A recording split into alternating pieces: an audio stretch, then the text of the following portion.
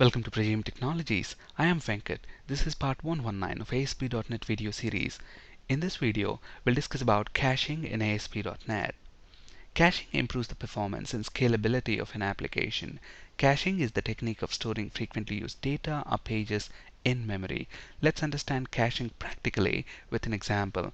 Let's flip to SQL Server Management Studio. We will be using this TBL products table in this demo. So let's go ahead and create this table. And this table has got three columns: ID, name, and description of the product. And let's go ahead and insert some sample data into this table using this insert script.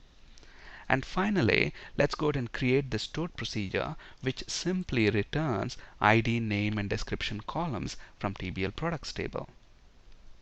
Okay, and now since this is a very simple table with four columns within that, with four rows within that, when we execute the stored procedure will be executed in less than a second. Look at the time it took, less than a second. Now in real time, we may have tables with huge amounts of data, and we may be joining multiple tables. So the queries, before they actually return data, they might take some time. So obviously, to introduce some artificial query processing times, I'm going to use wait for delay in SQL Server. So there's something called wait for delay.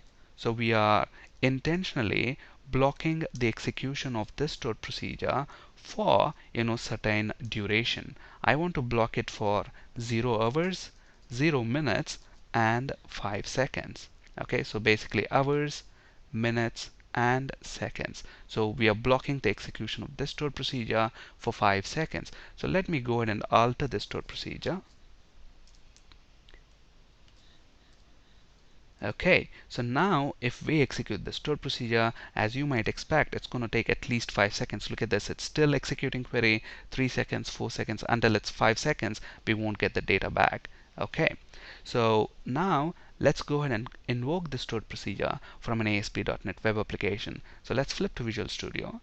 On this web form, let's go ahead and drag and drop a grid view control which can display the data from TBL products table. Okay, and then let's go ahead and auto format this so that it looks a little better.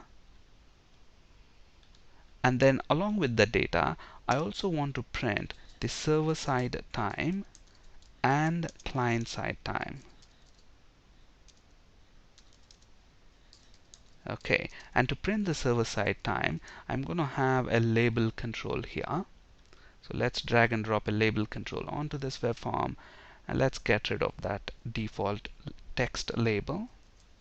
Okay, alright, so what we basically want to do is, in this grid view control, we want to invoke that stored procedure and display the data from TBL products table. And just to speed things up, I have this ADO.NET code already typed. Again, in this video, we're discussing about caching. We discussed about ADO.NET in ADO.NET video tutorial, and SQL Server concepts like creating tables, executing stored procedures, etc.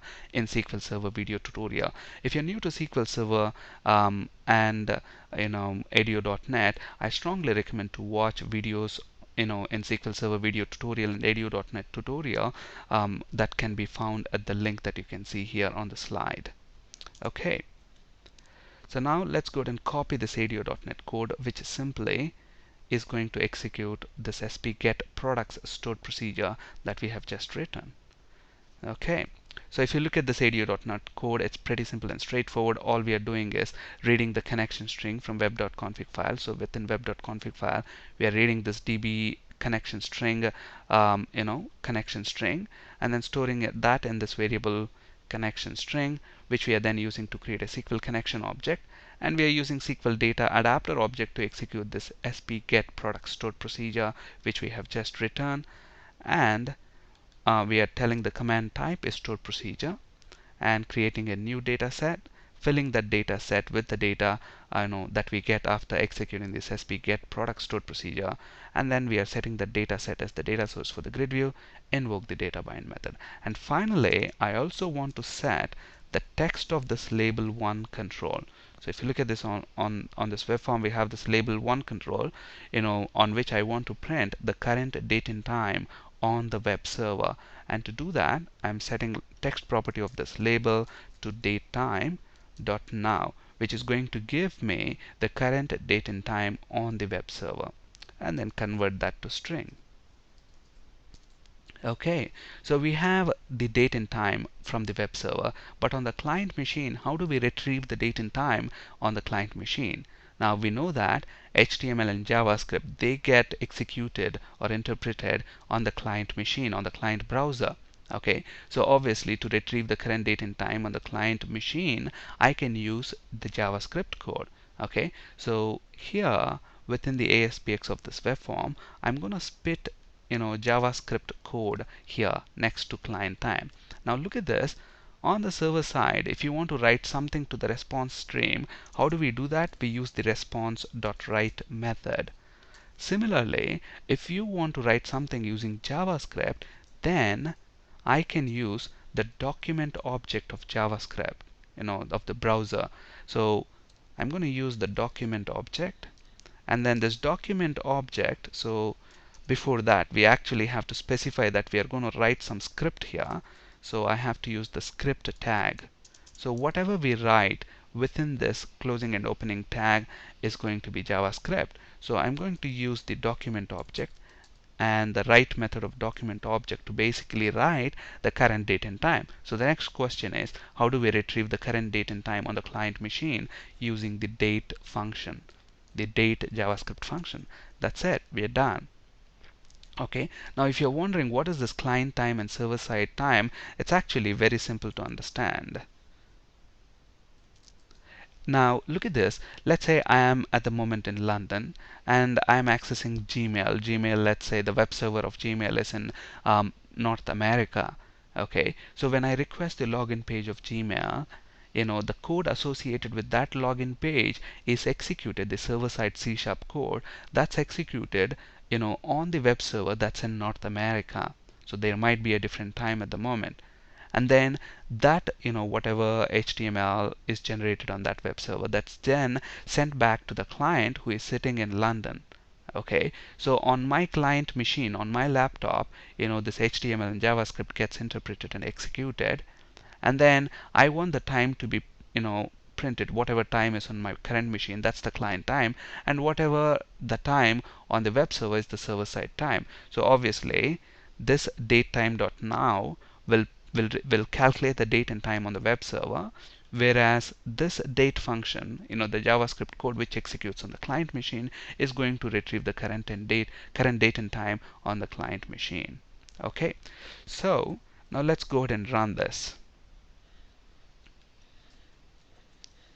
So obviously, as you might expect, this page is going to take at least 5 seconds to render. Why? Because the stored procedure is taking at least 5 seconds. And look at this, when I request this web form, there are lots of things that are happening on the web server. First, an instance of this web form should be created, then it has to execute the process the page events.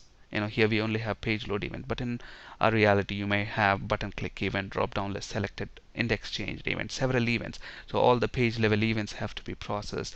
This ADO.NET piece of code should be executed, which in turn has to execute the stored procedure, retrieve data from the database, create other objects that are required, generate the HTML, and then send that HTML back to the client. So every time we make a request to the web server, there are a series of events that has to happen, and obviously some of those could be time consuming. In this case, executing the stored procedure is a time consuming process. It's taking at least 5 seconds. So my request processing now is at least taking 5 seconds. And look at the current date and time on the server and on the client. On the server it's 9:10:54, and on the client also it is 9:10:54. Okay, now again, if I make another request for this web form, let me open another tab and I make another request. Now it's going to take at least another 5 seconds because it has to process all those events again. Okay, look at that. Now the time is 13:09:12:6. I mean 9:12:16, and similarly 9:12:16 here. Okay, now let's see how to cache this web form and what happens when we cache it. Okay, so to cache the web form, all we have to do is use the output cache page directive. Okay, so I'm going to use the output cache directive. Okay, and this output cache directive has got two mandatory attributes. Duration. This duration attribute controls how long this web form is going to be cached. Okay, for now I'm going to set the duration to 30, meaning this web form is going to be cached for 30 seconds. And then there is another mandatory attribute called vary by param. Okay, for now I'm going to set the value for this parameter to none. Okay, so when do we use vary by param, and what's the purpose of that? Vary by param is basically used to cache multiple responses of this web form. Now if you're not sure why do we need to cache multiple responses, we will understand that in our next video session. Okay, for now just understand that vary by param is used to cache multiple responses. In our next video session we'll discuss about how and when to cache multiple responses for a given web form. The duration attribute obviously controls the number of seconds that this web form has to be cached. In this case, since we have set this value to 30, it's going to be cached for 30 seconds. So now let's go ahead and request this web form. Now we don't have this web form 1 in cache, so obviously now if I request this web form, when I press enter, the web form has to be processed, all the events have to be processed, the HTML is generated, and obviously it's going to take at least 5 seconds. Okay, and then when that HTML is sent back, a copy of that HTML is also stored in the memory, in the web server memory. So now look at this, since we have cached this for 30 seconds, if I request this web form now, look at this, as soon as I press enter, the response comes back within less than a second. That's because the response for this webform1.aspx now is cached on the web server. So when I make a request for that webform1.aspx, what's going to happen? It's not going to execute all this piece of code again.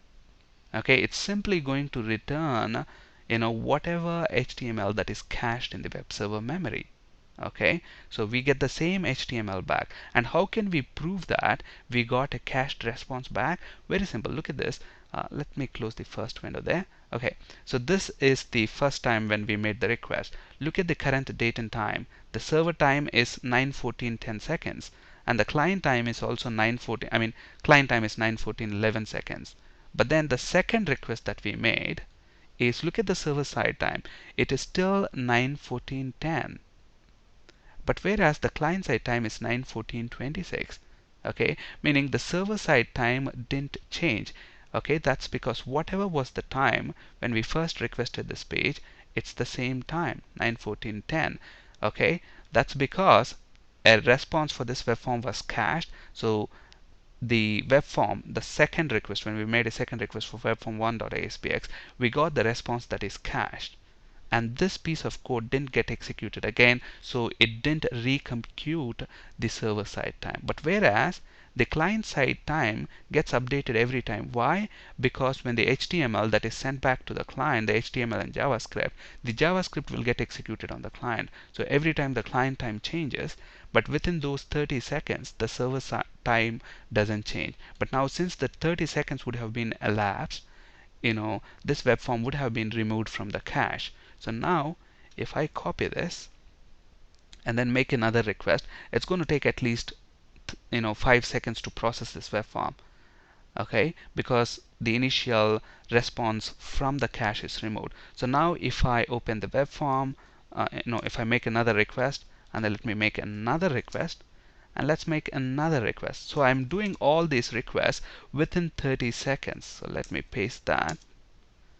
Okay, so look at that. Look at the server side time. So this is the first request we made, 9:16:30 seconds. That's the server side time, and the client side time is also same, 9:16:30. But the next request I made at 9:16:37. But look at the server side time, 9:16:30. Okay, 9:16:30 in the other request. But keep looking at the client time, it keeps changing every time. And this is at 47. Now if it is 9:17 at the moment, then if I make a request, this response for webform1 would have been removed from the cache. Because why? The duration would have expired. 30 seconds is the time we want to cache this. But after that, anytime if somebody makes a request, then the web form is going to be reprocessed. So now it would have definitely been over 916. So if I make a request for the web form, it will be reprocessed once again because the cached response is removed after 30 seconds. So now I get a new server date and time, 9:17:50. But if I make another request within the next 30 seconds, I'm going to get the cached response. Look at that, 9:17:50. But look at the client time, 9:18, and the first time it was 9:17:50. Okay, so hopefully that makes it clear that this web form is cached for 30 seconds. So how did we cache the web form? We used the output cache attribute with the duration attribute. Duration is equal to 30, meaning this web form is going to be cached for the next 30 seconds. So when any user requests this web form for the first time, the web server will process the web form events, execute the stored procedure, retrieve data from the database, create objects, generate HTML, and send that HTML to the client browser, and retains a copy of that response in the memory for the next 30 seconds. And any subsequent request during that 30 seconds receives the cached response. Okay, after the cache duration has expired, after that 30 seconds has expired, the next request for the web form has to be processed, and all that events has to be processed again, and then generate a new response, which is then cached for another 30 seconds. So this web form is processed by the server once every 30 seconds at the most. Okay, so in this video we discussed about how to cache a web form using the output cache directive, and we have seen the usage of duration attribute. In our next video we'll discuss about caching multiple responses for a given web form, and we will see how to use this vary by param. On this slide you can find resources for ASP.NET, C#, and SQL Server interview questions. That's it for today. Thank you for listening. Have a great day.